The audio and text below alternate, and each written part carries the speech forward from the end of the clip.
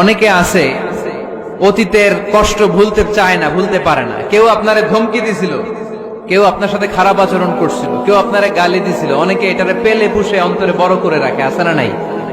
ভুলতে চায় না। মনের ভেতরে রাগ পেলে পুষে রাখা ঠিক না। মনে মনে কয়, তুই আমারে মারছিলি, আমি তোরে মারব। তুই আমারে অপমান করছিলি ওই দিন, যদি একদিন সুযোগ পাই তোরে হতা এলামু। আছে না এরকম? সেই 20 বছর আগে আপনারা সব অপমান করছে, ওইটারে পেলে পুষে আপনি অন্তরে নিয়ে বয়ে বেড়াচ্ছেন। আর এই হিংসা ক্ষোভ যদি রাগ ভিতরে রাখেন, এটা আপনারা জ্বালায় দেয় ভিতরে, জানেন? আর যদি আপনি ক্ষমা করে দেন, একেবারে ঠান্ডা। জানেন এই ফর্মুলা আপনারা? এজন্য রাগ, ক্ষোভ, হিংসা কখনো অন্তরে পুষে রাখতে নাই। কোন বান্দা যদি তার অন্য কোনো ভাইকে ক্ষমা করে দেয়, আল্লাহ তাআলা ওই ক্ষমাকারীর সম্মান আর মর্যাদাকে বাড়িয়ে দেয়। তাই আমাদের বেশি বেশি ক্ষমা করা দরকার।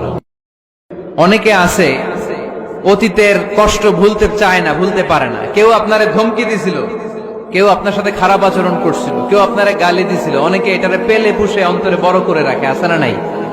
ভুলতে চায় না। মনের ভেতরে রাগ পেলে পুষে রাখা ঠিক না। মনে মনে কয়, তুই আমারে মারছিলি, আমি তোরে মারব। তুই আমারে অপমান করছিলি ওই দিন, যদি একদিন